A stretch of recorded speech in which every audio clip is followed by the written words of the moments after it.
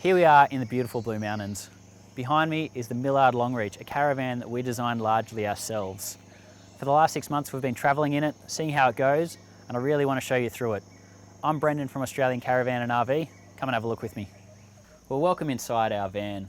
With the help of Camden Caravan, we actually designed this floor plan because we wanted it to accommodate a family of 4, but we didn't want a huge long van. We still wanted something that could go off-road. Surprisingly, with the pop top, it's not too heavy to push up. So we've got these full-length bunk beds here. This top one actually folds back, so this turns into a lounge when they are set up as beds. We've got some nets underneath here which go up to the roof and they block off that, so kids can't roll out or fall out or even get out and run away. And down here, we've got our Waco 175 litre compressor fridge. We chose the compressor over the gas because we think they stay cooler in hotter weather, they travel much better, and they're just generally a more reliable fridge. The only problem is, props department skimped on us and got light beer. And of course these days, something like an air conditioner is really important. Remote controlled, oh yeah, works first time for camera, and that they turn off when you press the button. Talking resale value, people like to see air conditioners on caravans. It's just the trend these days, and without it, it's just going to be sitting in your front yard until someone's desperate. And this is our living area. With the bunks up, we've got a heap of sitting space, and it was really good for family time. Queen size bed behind us is a queen size bed, how good is that? And instead of getting lift up bases under the seats, we got drawers, because when there's someone asleep on this bed, it's impossible to lift it up without waking them up.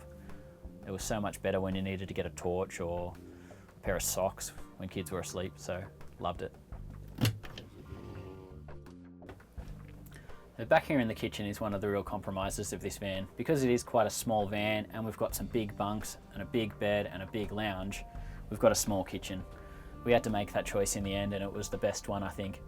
Despite that, we've still got everything here. There's a 4-burner stove, we've got a grill and a microwave under here, and everything really is close at hand. There's no reach for anything.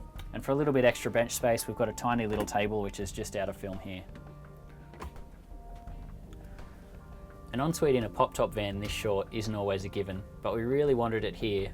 Firstly, for the resale value, it's going to make this van a little bit more desirable down the track, and secondly, the convenience of washing down kids in faraway places, we couldn't go past that.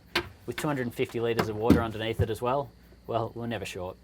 One thing I wanted to show you was this toolbox. I was sceptical of it at the start, thinking it'd be too heavy, but with the 2 gas bottles here, we normally keep a generator in here, but it's running the lights and the camera and everything today. And everything that gets wet or dirty, it was one of the best spaces in the whole caravan. We've also got an off-road hitch, which was awesome, handbrake, Anderson plug for the Alco ESC. Really doesn't get much better.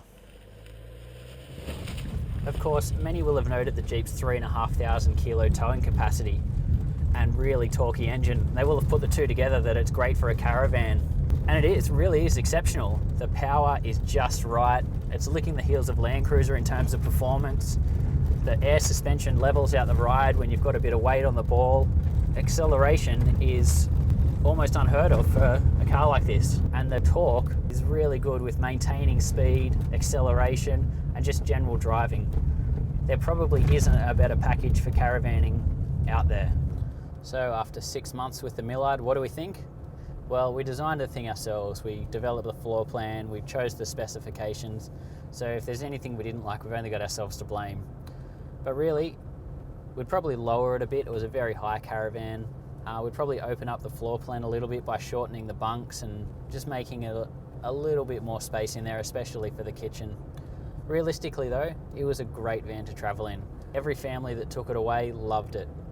Kids had a great time in the bunks, had a great time outside.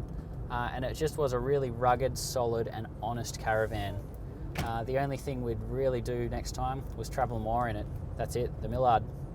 Thumbs up from us.